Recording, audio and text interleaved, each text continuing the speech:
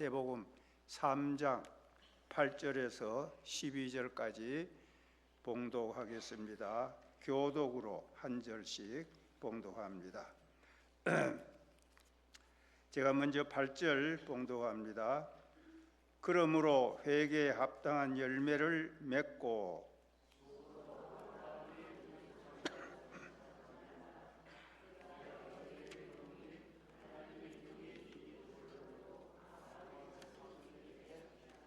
이미 도끼가 나무 뿌리에 놓였으니 좋은 열매를 맺지 아니하는 나무마다 지켜 불에 던져지리라.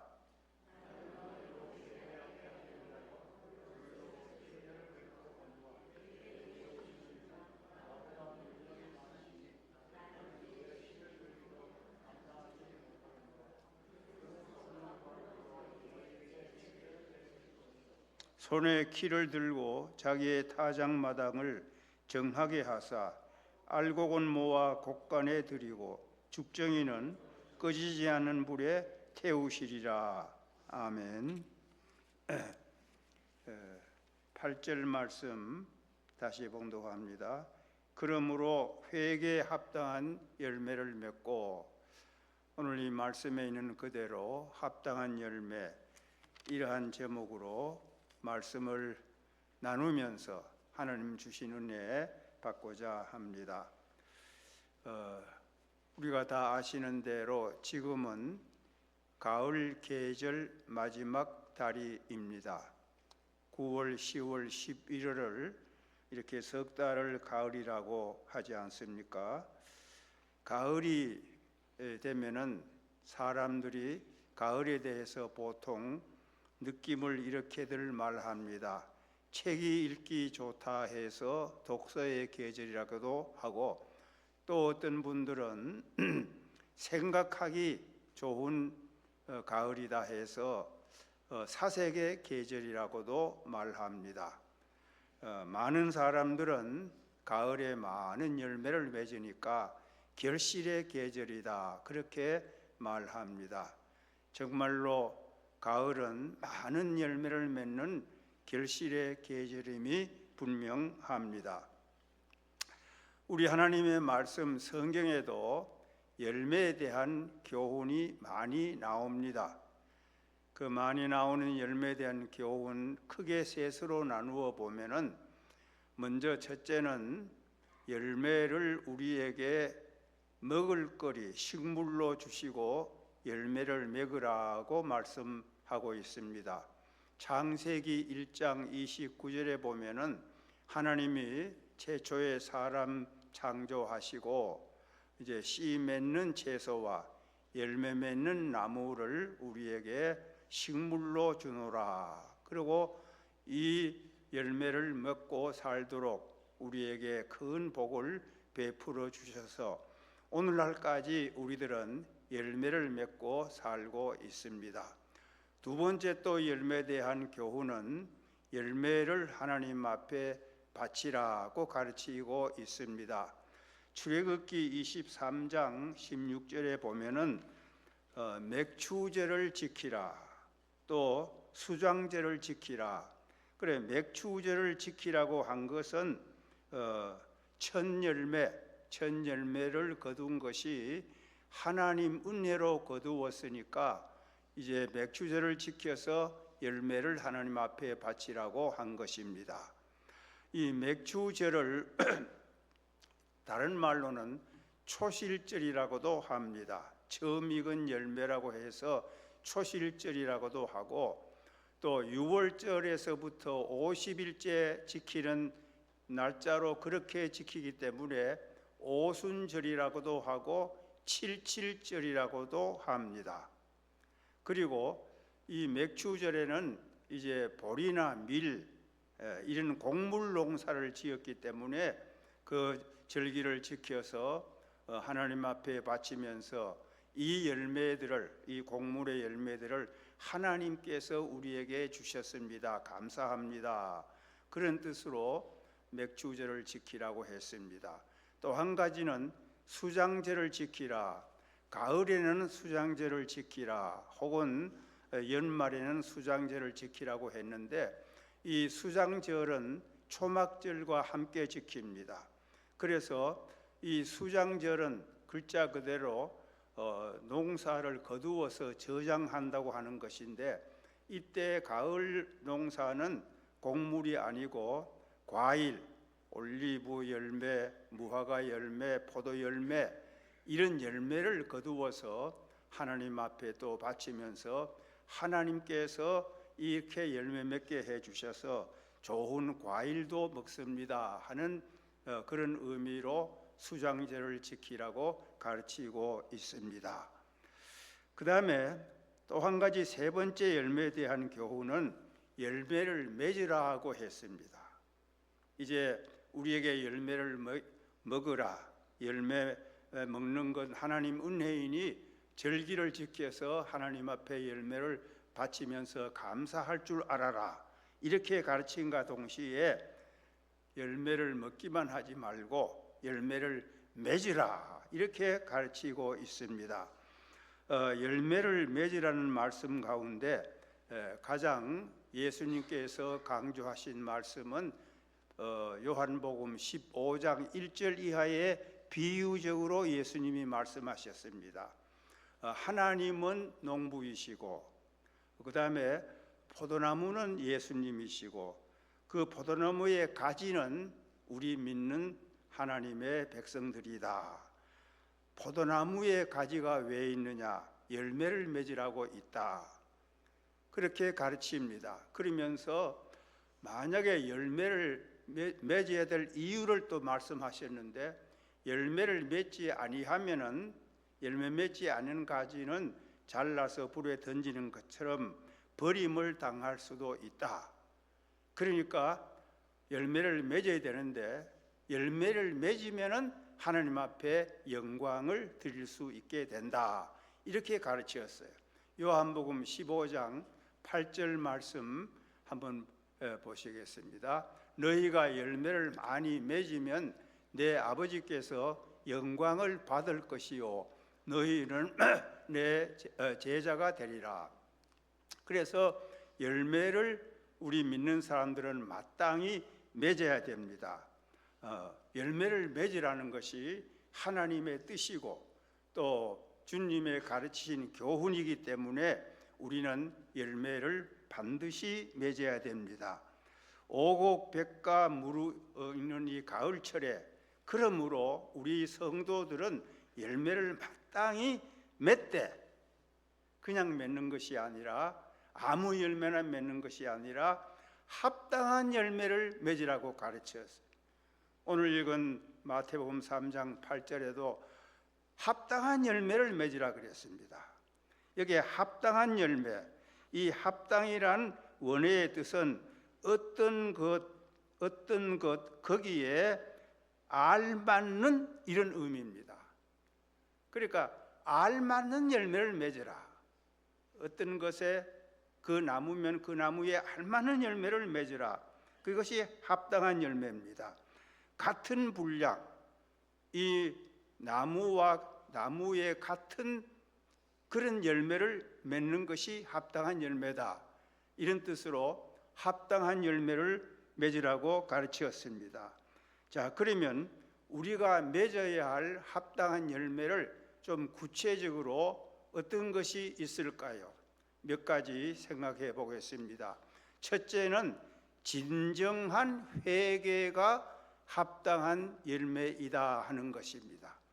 여기 8절에 그 앞에 보면 회개에 합당한 열매, 그렇게 말씀했습니다. 그러면 회개하면은 그 회개가 열매인데, 그냥 회개가 아니고 진정한 회개를 해야 된다, 이것입니다. 회개에는 3요소가 있습니다. 지적 요소와 그 다음에 정적 요소와 그 다음에는 의지적 요소가 있습니다. 회개를 바로 하려면은 이 세 가지 요소대로 다 해야 됩니다. 먼저 지적 요소 알아야 된다. 뭘? 나는 죄인이다. 내가 죄를 범했다.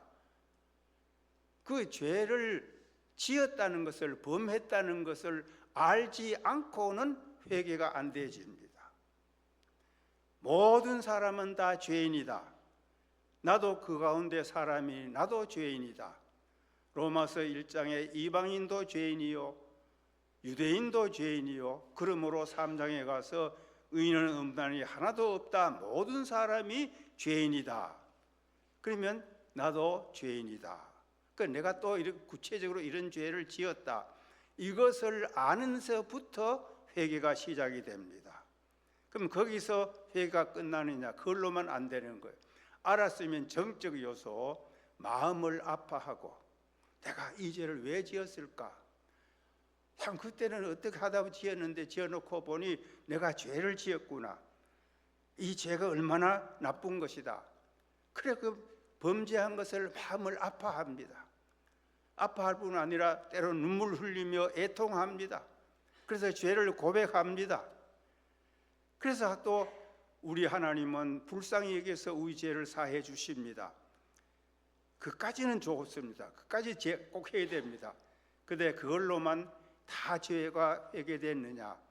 마지막에 의지적 요소가 있습니다. 의지적 요소는 행동을 고치라는 것이에요.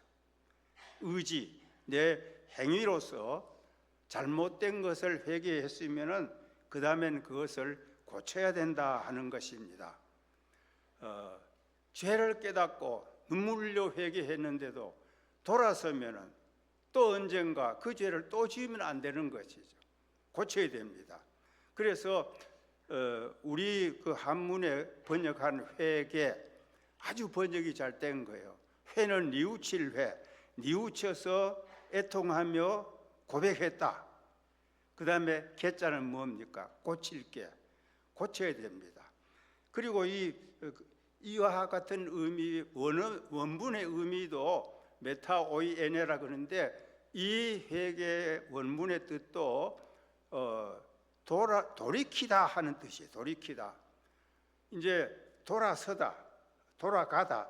그러면 내가 가는 길이 잘못됐다. 내가 했던 것이 잘못됐다. 그걸 깨달았으면은 돌아서는 건 행동 아닙니까?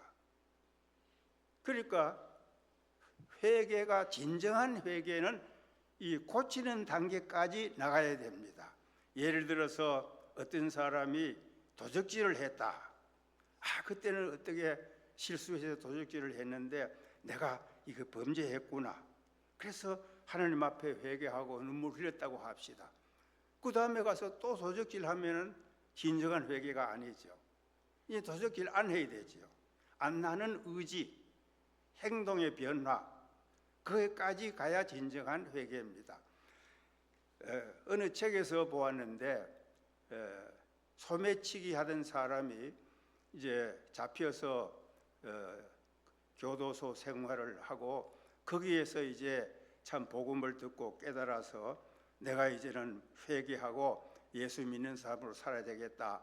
그래서 이제 만기가 돼서 출소해서 자기 동네 교회를 나가는데 나가서 예배를 드리고 또 그 다음 주일에 또 교회 나오는데 이 사람이 이제 간증을 했는데 이제 어느 날이고 이제 시내 버스를 타고 볼일을 보고 집에 돌아와 보면은 주머니에서 소매치기 한 돈도 나오고 뭐 계산한 것이 조그만 것이 소매치기 한 것이 나오는 거예요. 자기도 모르게 습관으로 자꾸 그 손이 가서 소매치기를 또 한 거 같아요. 그래서 주일날 가서 또 회개하는데 이거 안 해야 되는데 또 그렇게 하는 거예요. 그래서 그 회개를 하면서도 또 그게 자꾸 되고 그렇게 이 고치는 게 좀 힘든 모양이에요. 그래서 그 사람 말이 무려 그것을 3년이나 끌어가지고 완전히 손이 끊어졌다는 거예요. 3년 후에는 이제 돌아와도 자기가 소매치기를 안 했어요. 이 고치는 단계까지 나가야 돼요. 이것이 그렇게 회개하는 것이 합당한 회개입니다. 합당한 열매입니다. 이 회개가 제가 이제 한국에서 오래전에 목회할 때 이제 어떤 장로님 가정이 교회 가까이 이사를 오셔가지고 교회에 나오시는데 아주 연세가 좀 들었지만은 참 신앙생활을 잘 하셔요. 새벽기도 한 번도 안 빠지시고 잘 하시는데, 무슨 얘기하다 이제 과거 이 얘기가 교인들하고 나왔어요. 이제 어떤 교인들이 이제 담배 끊기가 그렇게 어렵다 하는데, 그 장로님이 자기 담배 끊은 이야기를 이제 경험을 얘기했어요. 예수 믿기로 작정하고 교회 나가기로 작정한 다음에 그렇게 피우던 담배를 내가 끊어야 되겠다 마음에 아주 결단을 하니까 그 다음에는 끊어지더라. 담배 끊는 방법은 결단하고 결심하면 된다. 결심해도 안 된다. 그 결심을 덜 해서 그런 거다. 결심을 딱 하면은 끊을 수 있다는 거예요. 자기는 그렇게 끊었대요. 그러니까 의지까지 단계 간 거 아닙니까? 지정 거기에 머무르지 않아하고 의지적 행위의 변화, 행동의 변화, 그까지 간 것입니다. 그래서 진정한 회개가 뭐냐? 지정에서 끝나지 말고 의지적으로까지 행동의 변화. 말을 잘못했으면 그 다음에는 그 말을 되풀이지 아니하고, 남을 미워한 것을 회개했으면 다시는 미워하지 아니하고, 부부간에 싸울 때 너무 화를 내고 분을 냈으면은 그거 이제 나중에 또 생각하니 이거 잘못했구나 회개했으면 그 다음엔 다시 분노하지 아니하고, 이렇게 의지적 변화까지 갔을 때 그것이 진정한 회개입니다. 합당한 열매를 맺으라. 무엇이 합당한 열매가? 이렇게 진정한 회개입니다. 혹이나 아직까지 고치지 못한, 돌이키지 못한, 변화하지 못한 그 어떤 부분이 우리 가운데 남아있는 것이 있습니까? 주여 나에게 힘을 주시고 성령님 도와주셔서 고치게 하여 주소서 하고 고치게 되면은 그것이 바로 합당한 열매, 진정한 회개에 합당한 열매가 됩니다. 이 은혜가 있으시길 바랍니다. 자, 두 번째 합당한 열매는 알곡이 합당한 열매입니다. 오늘 말씀의 12절 보면은 손에 키를 들고 자기의 타작마당을 정하게 하사 알곡은 모아 곡간에 들이고 죽정이는 꺼지지 않는 불에 태우시리라. 알곡은 곡간에 들이고 죽정이는 불에 태운다. 농사 짓는 분들이 가을에 이제 곡식을 거두면은 타작을 합니다. 알곡과 죽정이를 갈라야 되는 거예요. 그래서 알곡은 곡간에 들입니다. 죽정이는 불에 태웁니다. 자, 이 알곡 이렇게 타작마당에 알곡과 죽정이를 가르는 이런 말씀과 비슷한 말씀이 곡식과 가라지 비유를 예수님이 또 말씀하셨어요. 곡식과 가라지가 같이 자랍니다. 그런데 타작할 때 곡식은 따로 곡간에 들이고 가라지는 불에 태웁니다. 마태복음 13장 29절에서 30절, 주인이 이르되 가만두라, 가라지를 뽑다가 곡식까지 뽑을까 염려하노라. 30절, 둘 다 곡식과 가라지 둘 다 추수 때까지 함께 자라게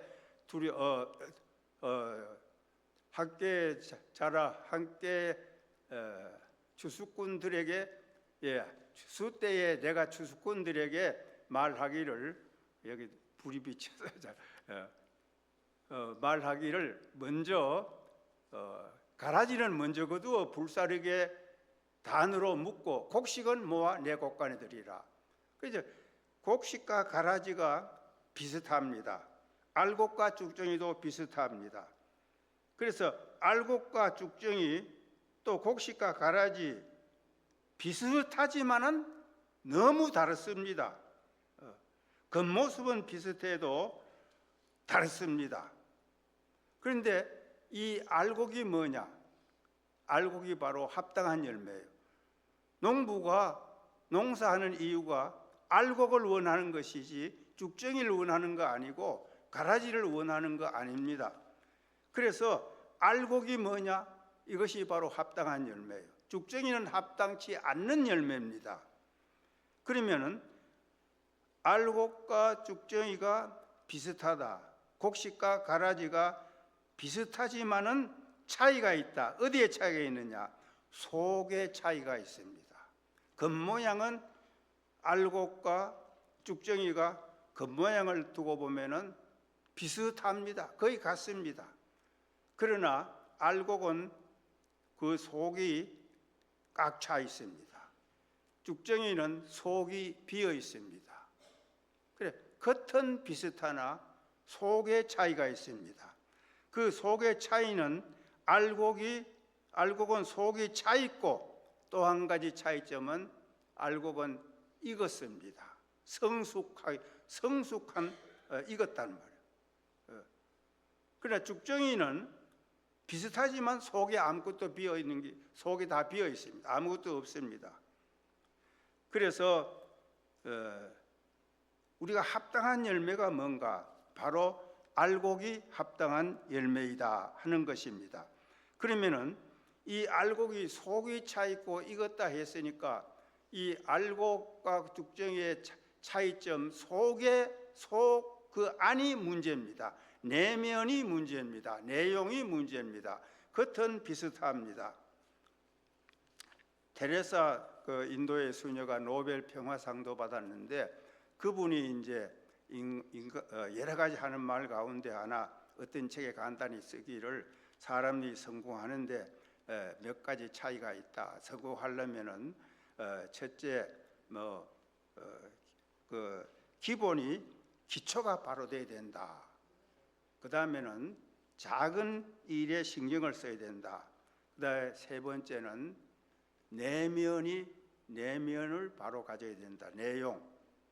그래서 사람이 마음에 내면이 있고 행동에 외면이 있는데, 그 내면이 중요하다. 이런 참고될 만한 말을 한 일이 있습니다. 바로 알곡은 이 내용이 꽉 차 있습니다. 속이 차 있습니다. 그러면 우리가 그걸 신앙생활에 이제 적용시키면은, 우리가 합당한 열매를 맺으려면은 마음속이 문제입니다. 마음속, 내 내면이 문제입니다. 겉은, 그래서 이 사이비, 우리가 이제 이단 종파를 흔히 사이비 종교라고 그랬잖아요. 사이비, 기독교 비슷하면서, 성경 비슷하면서, 하는 일은 비슷하지만은 그 속에 들어가 보면은 이단은 영 다르다 이거죠. 그러니까 문제가 뭐냐? 겉모양만 보면 안 되고 속이 어떠냐, 마음 속이 어떠냐, 이것이 가장 중요한 문제입니다. 그 마음속 중심, 그래도 하나님께서도 외모를 보시지 않고 중심을 보신다 그랬습니다. 우리의 마음속이 문제입니다. 우리 마음속이 어떠냐? 내가 정말 마음속이 진심으로, 마음속이 정말 진심이냐? 진심으로 내가 하나님을 믿고 진심으로 하나님을 사랑하고 진심으로 하나님 앞에 살고 있느냐? 내 마음이 진심인가? 혹은 두 마음은 혹시 아닌가? 세상도 좋고 예수님도 좋고 두 마음을 품고 있지는 않는가? 겉 따르고 속 따르지는 않는가? 우리는 알곡이 되기 위해 가지고는 우리 중심을 바로 세워야 됩니다. 그 바로 세우는 중심이 뭐냐? 먼저는 진심이어야 됩니다. 진심. 내가 진실로, 정말 진심으로 내가 주님 사랑하고 진심으로 말씀을 그대로 믿고 순종하고 진심으로 교회를 사랑하고 진심으로 형제를 사랑하는가? 그저 인사치레로만 하는가? 진심의 문제입니다. 진심. 463장 찬송에 보면은 여러분 잘 아시지요? 신자 되기 원합니다. 진심으로 진심으로. 신자 되기 원합니다. 진심으로. 신자 되기 원합니다. 진심으로. 그 5절 마지막에는 예수 닮기 원합니다. 진심으로 진심으로. 이 찬송 가사대로 정말 진심으로 신자되기 원하고, 진심으로 예수 닮기 원하고, 진심으로 거룩하기 원하고, 진심으로 사랑하고, 진심으로 기도하고, 진심으로 찬양하고, 진심으로 봉사하고, 그런 진심이 있으면 그분은 합당한 열매를 맺은 사람입니다. 우리 모두 정말 진심 알고, 진심의 알곡 신자가 다 되십시다. 쭉정이는 한 분도 없어야 됩니다. 가라지는 한 사람도 없어야 됩니다. 다 곡식이 되고, 다 알곡 신자 되고, 다 진심으로 우리 하나님 섬기고 사랑하고, 믿음으로 살고, 진심으로 형제를 사랑하고, 진심으로 이 교회를 사랑하고 섬기고, 이렇게 되면은 모두가 다 합당한 열매 맺는 알곡 신자 될 줄로 믿습니다. 세 번째 하나 더, 합당한 열매는 어떤 열매인가? 그 나무에 그 열매가 합당한 열매입니다. 그 나무의 그 열매, 무슨 뜻입니까? 이게 포도나무를 심었습니다. 그러면 포도나무에는 포도 열매가 맺히면은 합당한 열매지요. 그 나무, 포도나무는 포도 열매가 맺혀야 맞는 거 아닙니까? 또 무화과나무를 심었습니다. 그러면 무화과나무 열매가 맺히는 것이 합당한 열매, 상식적인 이야기입니다. 그런데 그렇지 못할 경우가 많이 있습니다. 비유적으로 예수님이 말씀하셨는데 마태복음 7장 16절에서 18절까지 그들의 열매로 그들을 알지니 가시나무에서 포도를, 가시나무인데 포도, 또는 엉겅퀴에서 무화과를 따겠느냐, 엉겅퀴를 따겠느냐. 17절에 이와 같이 좋은 나무마다 아름다운 열매를 맺고 못된 나무가 나쁜 열매를 맺나니, 아주 상식적이죠. 18절에 좋은 나무가 나쁜 열매를 맺을 수 없고 못된 나무가 아름다운 열매를 맺을 수 없느니라. 그러니까 거꾸로 말하면은 열매를 보면은 나무를 안다 이것입니다. 여기에 나무, 열매 이 두 가지가 나왔습니다. 이 나무는, 이건 비유인데, 예수님 하신 말씀은 비유인데, 나무는 비유적으로 말하면 우리의 신앙, 교리, 기독교 진리를 말합니다. 열매는 뭐냐? 행실, 실천, 생활을 의미합니다. 이제 교리, 신앙에 믿는 신앙 고백 교리가 좋은 교리면은 행동도, 실천 생활도, 행함도 좋은 행실, 선한 행실을 한다 이겁니다. 근데 나무가 나쁘면 나쁜 열매 맺리듯이 교리가 나쁘고 이단 사상이고 잘못된 사상에 물들면은 행실도 나쁜 행실을 하게 된다 하는 거예요. 그러니까 그 나무의 그 열매가 합당한 열매지요. 오늘 그럼 우리는 어떤 사람들입니까? 우리 기독교 진리, 우리가 믿는 하나님에 대한 진리, 우리가 가지고 있는 성경 말씀, 하나님 말씀, 이건 너무도 바르고 진리이고 좋은 것이고 복음입니다. 얼마나 좋은 것이요. 하나님이 우리를 사랑하사 예수님 보내주시고 그 예수님 우리에게 많은 것을 가르쳐 주시고 우리 죄를 대속하시기 위해서 십자가에 못 박혀 주시고 영생을 주시기 위해서 부활하시고 그 예수를 믿는 사람도 다 영생을 얻게 되고, 이게 얼마나 좋은 거예요. 이 진리를 믿는 우리는 다 좋은 나무가 된 것입니다. 우리는 다 좋은 나무예요. 좋은 나무에 우리가 자긍심을 가져야 돼요. 우리는 가장 훌륭한 진리를 믿는 것이다. 하나님을 믿는 하나님의 자녀다. 우리는 다 좋은 나무가 됐습니다. 그러면 우리는 좋은 행실, 좋은 열매를 맺어야 되죠. 그래서 우리를 다른 말로 말하면은 그리스도인이 되었으면은 그리스도인답게 사는 것이 그 나무의 그 열매에 합당한 열매입니다. 한 걸음 더 나가서 우리가 교회의 직분을 가졌습니다. 목사와 장로, 집사, 권사 여러 직분이 있는데 이 직분을 가진 자, 저도 목사입니다. 목사면 목사로서 행실을 바로 해서 열매를, 그것이 합당한 열매. 집사가 집사의 직분을 바로 감당하면은 그 바로 감당하는 행실, 그것이 합당한 열매입니다. 교인답게, 목사답게, 집사답게 이렇게 사는 것이 합당한 열매가 되는 것입니다. 그래서 예수님은 우리를 세상의 빛이라고 했습니다.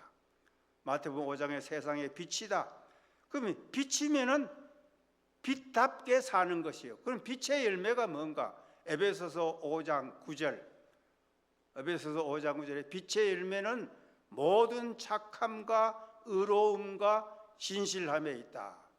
그러면 우리를 빛이라고 했는데 우리가 빛으로 사는 것, 그것이 빛의 열매인데, 그럼 빛의 열매를 맺는다는 것은 착하게 살아라, 의롭게 살아라, 진실하게 살아라.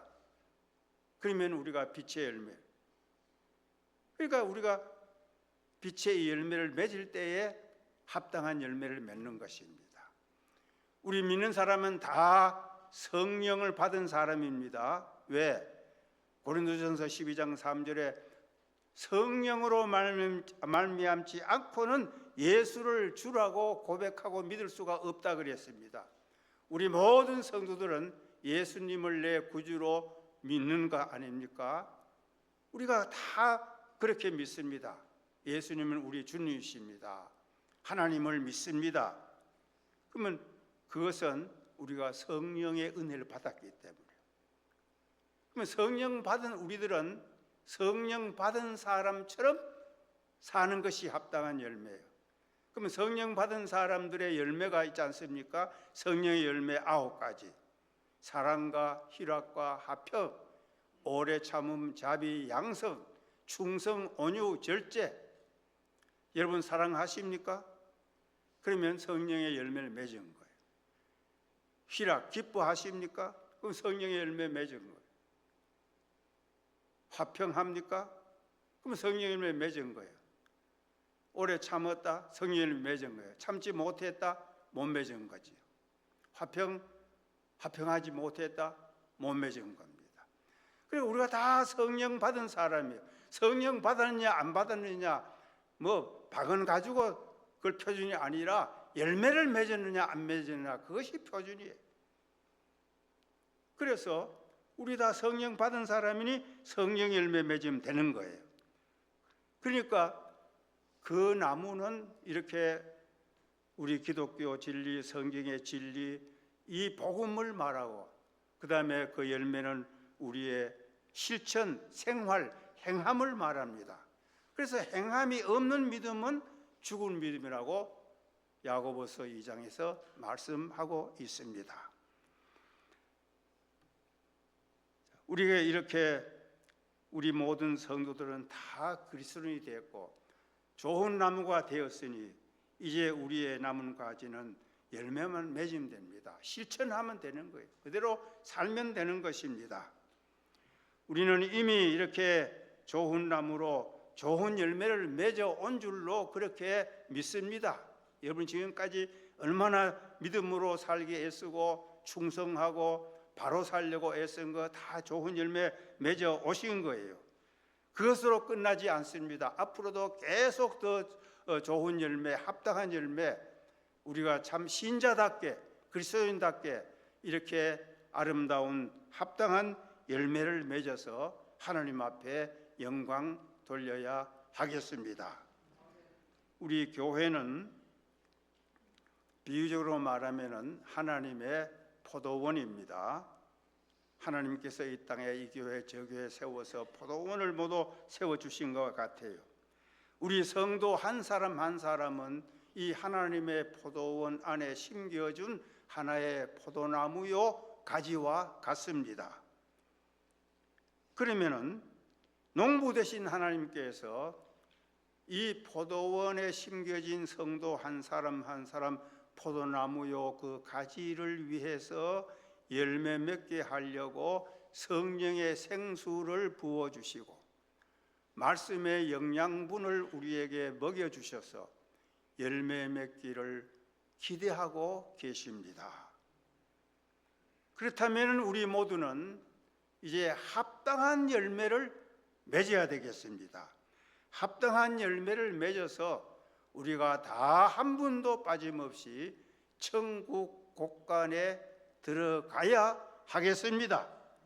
모두가 천국 곳간에 들어가셔서 천국 잔치에 참여하는 합당한 열매 다 되시기를 주님의 이름으로 축원합니다.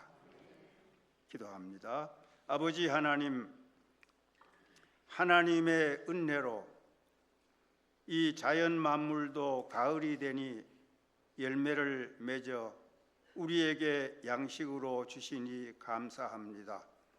아울러 우리 자신 또한 하나님께서 열매 맺으라고 말씀하셨으니 우리 한 분 한 분이 다 포도나무에 붙어있는 가지가 되어 아름다운 합당한 열매를 맺어서 우리 모두 한 사람도 빠짐없이 천국 곳간에 들어갈 수 있기를 소원합니다. 아버지 하나님, 우리 모두 아름다운 합당한 열매를 맺어 하나님께 영광을 돌리고 모두가 천국 잔치에 참여하는 귀한 합당한 열매들 되게 하여 주시옵소서. 예수님 이름으로 기도하옵나이다. 아멘.